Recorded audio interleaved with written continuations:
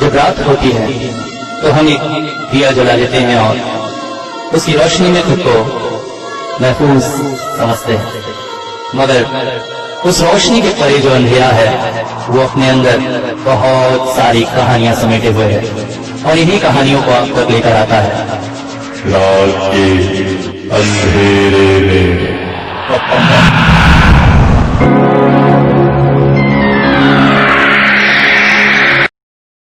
दोस्तों, हम में से बहुत कम ही ऐसे लोग होंगे जिन्होंने राशिफल के बारे में ना सुना हो। पेपर में एक छोटा सा कॉलम जिसमें 12 राशियां, उनके फल, और अक्सर हम उसे पढ़ भी लेते हैं। हम में से तो बहुत से लोग ऐसे भी हैं जो सुबह उठकर सबसे पहले राशिफल पढ़ते हैं और उसे मानते भी हैं। कुछ लोगों का कहना है कि वो सच भी होता है, मगर ज्यादातर लोग विज्ञान सम्मत होने की वजह से इस बात पर विश्वास नहीं करते हैं। मगर ये सच है या झूठ है, इस बात का कोई प्रमाण तो नहीं है, मगर हाँ, राशिफल आदिम युग से हमारे साथ है।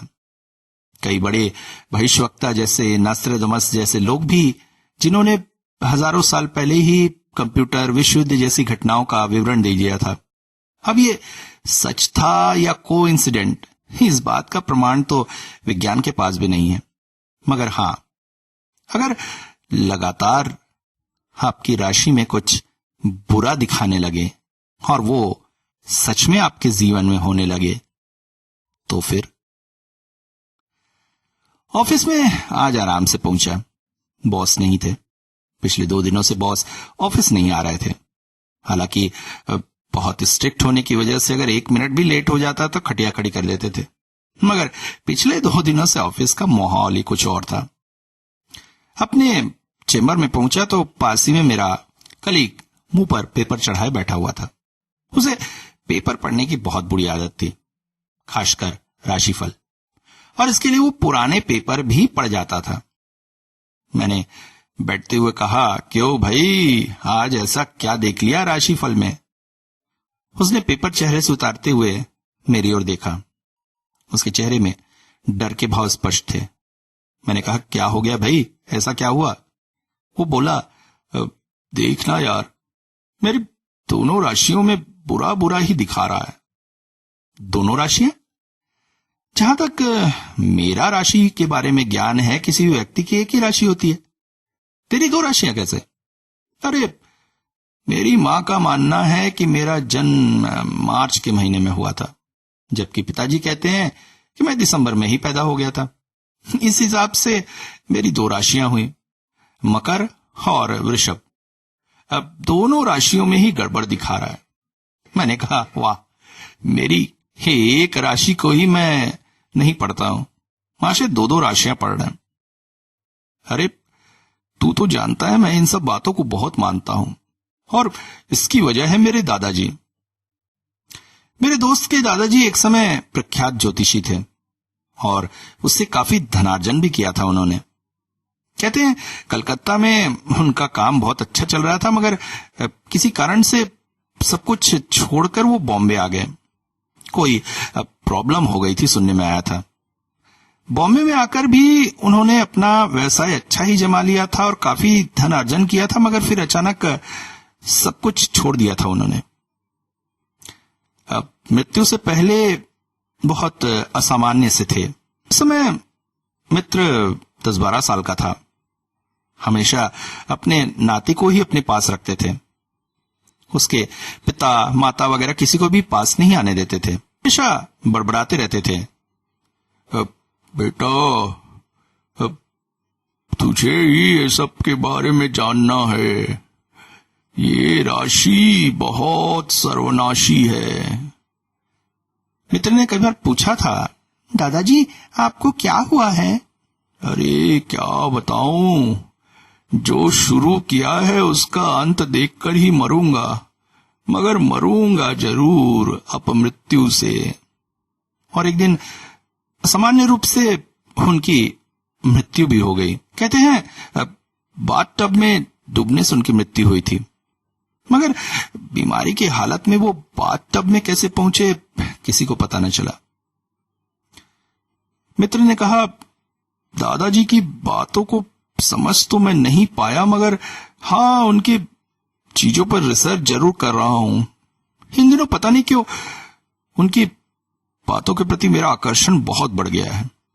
हमेशा वो कहते थे, राशि बहुत ही सर्वनाशी। तुझे एक चीज दिखाता हूं। वैसे भी बॉस थे नहीं, ऑफिस में करने को कुछ ज्यादा था नहीं। मैंने कहा, चल क्या है? दादाजी के सामानों को खंगालते हुए मुझे एक चीज मिली।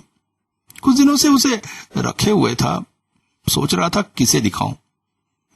उसने अपने लैपटॉप बैग से एक छोटा सा डब्बा निकाला। डब्बा खोलते ही साथ में चौंक गया।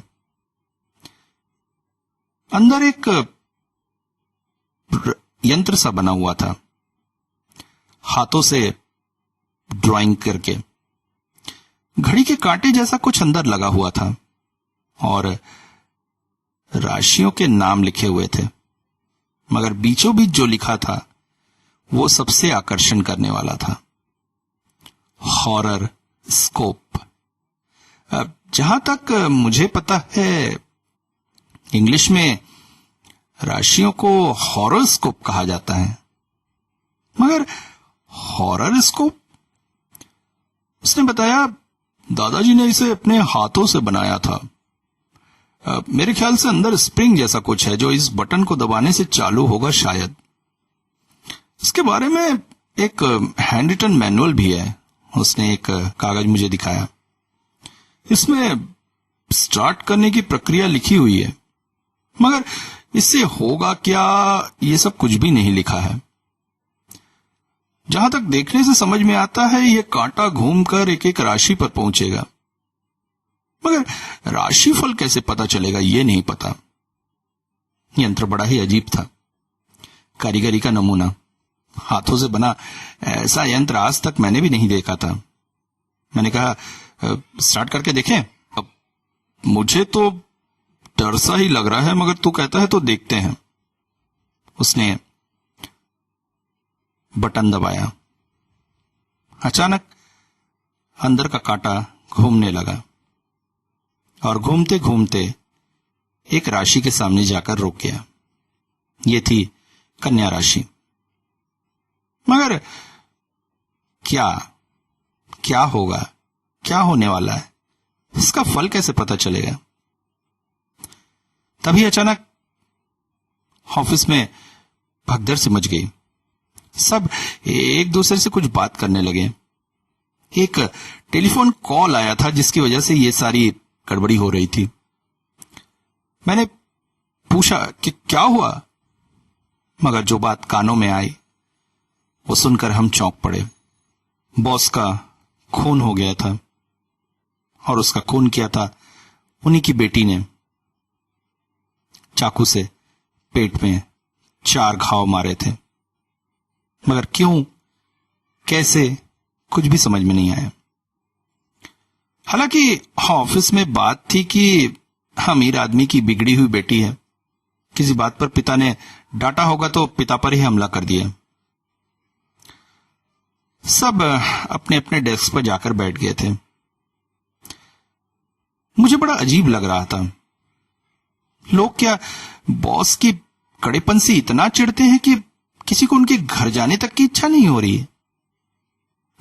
हालांकि खून का परिवेश था, पुलिस के चक्कर में पड़ने का डर था, इसलिए सब बच रहे थे, मगर मेरा मन नहीं मान रहा था। बॉस जैसे भी थे, ऊपर से सख्त थे मगर अंदर से अच्छे आदमी थे। उनकी मौत के बाद मैंने दोस्त से कहा, शाम को चलेगा?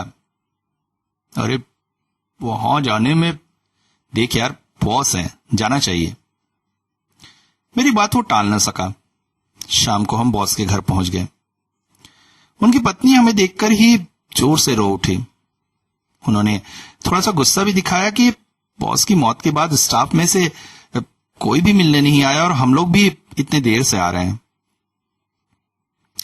बातों ही बातों में पता चला कि बेटी ने अचानक ही पिता को मार दिया।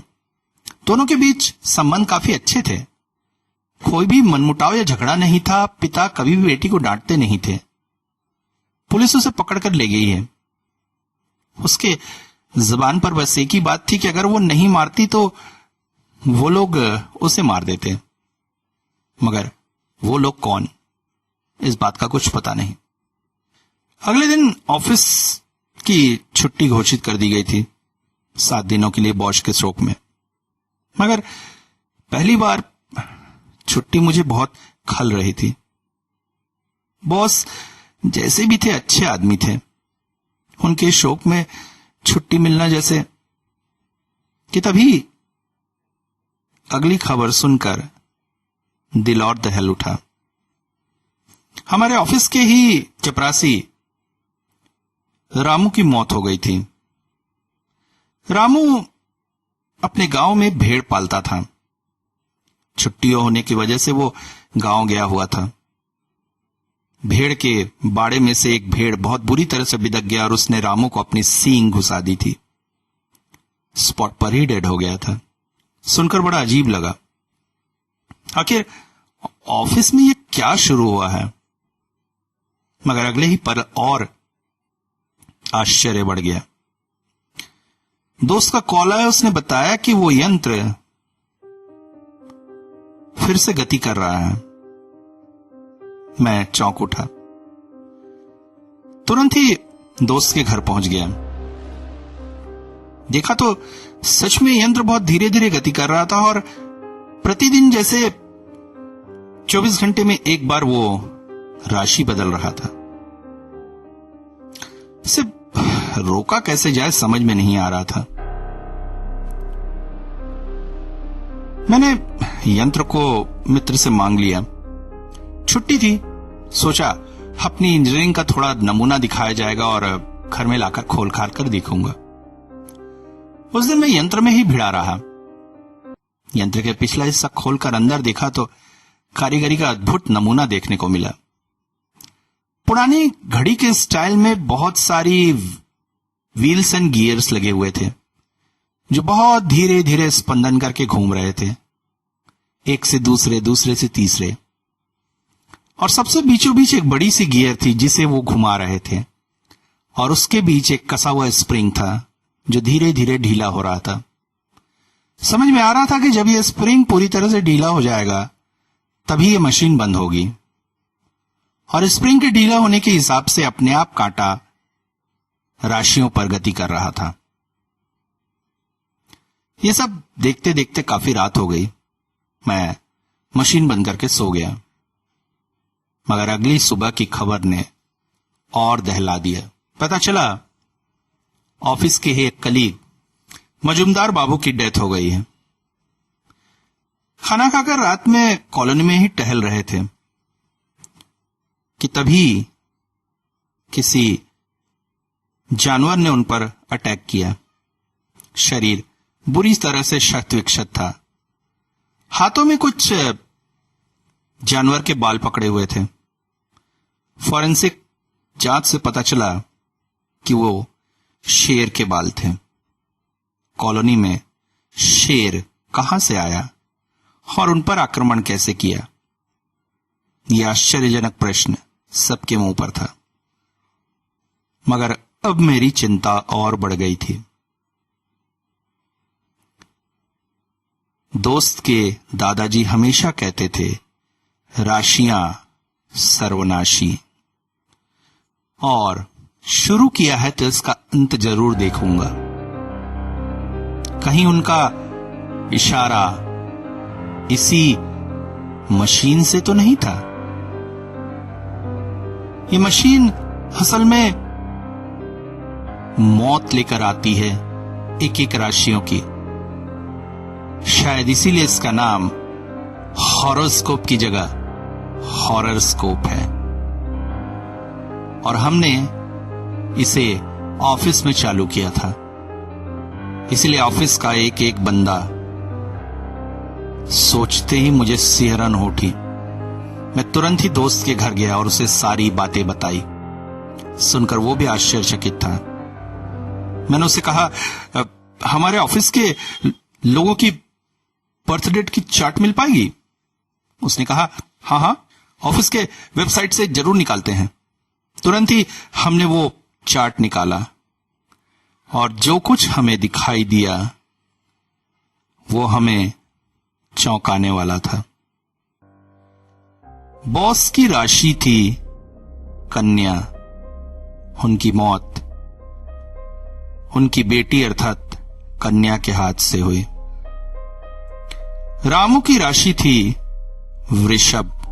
रामू की मौत भेड़ के सींग मारने से हुई। मजूमदार बाबू की राशि थी सिंह, इसलिए कॉलोनी के अंदर कहां से शेर आ गया और उन्हें मार दिया। हम दोनों एक दूसरे का चेहरा देख रहे थे। मैंने तुरंत ही यंत्र को खोला और बहुत कोशिश की उसके अंदर के स्पंदन को रोकने की, मगर किसी भी तरह से मैं उसे रोकने में असमर्थ था। फिर हमने तय किया कि इसे नष्ट कर देंगे। हथौड़ी लेकर उस पर काफी चोट करने के बाद भी अजीब तरह से वो नहीं टूटी। ओवन में डाल दिया मगर उसे कुछ भी नहीं हुआ। गैस पर रखकर उसे आग में जलाने की भी कोशिश की मगर वो तो जलने का नाम ही नहीं ले रही थी। अंत में हम दोनों ने तय किया कि उसे समुद्र में फेंक देंगे। समुद्र के किनारे पहुंचकर हमने एक बड़े से बोरे में उसे ढेर सारे पत्थरों में भरकर समुद्र में फेंक दिया। समुद्र की लहरें उसे हमसे अंदर लील गई। कुछ पलों का हम निश्चिंत हुए, चलो छुटकारा मिला। मगर जैसे ही हम दोस्त के घर पहुंचे आश्चर्यचकित रह गए। हमसे पहले ही वो यंत्र टेबल पर रखा हुआ था और धीरे धीरे घूम रहा था। अब हमें समझ में आ चुका था कि शुरू किया है तो अंत जरूर देखूंगा का मतलब क्या है। ये मशीन धीरे धीरे घूमेगी जब तक इसके अंदर का वो स्प्रिंग पूरी तरह से ढीला नहीं हो जाता है और एक एक राशि पर आती जाएगी और ऑफिस का एक एक राशि वाला व्यक्ति मृत्यु को प्राप्त होगा। चूंकि इसे हमने ऑफिस में चालू किया इसलिए ऑफिस के लोगों पर ही ये बला आ रही है। एक दिन मेरे और दोस्त का नंबर भी आएगा। मेरी मौत बिच्छू के काटने से होगी क्योंकि मेरी राशि वृश्चिक है।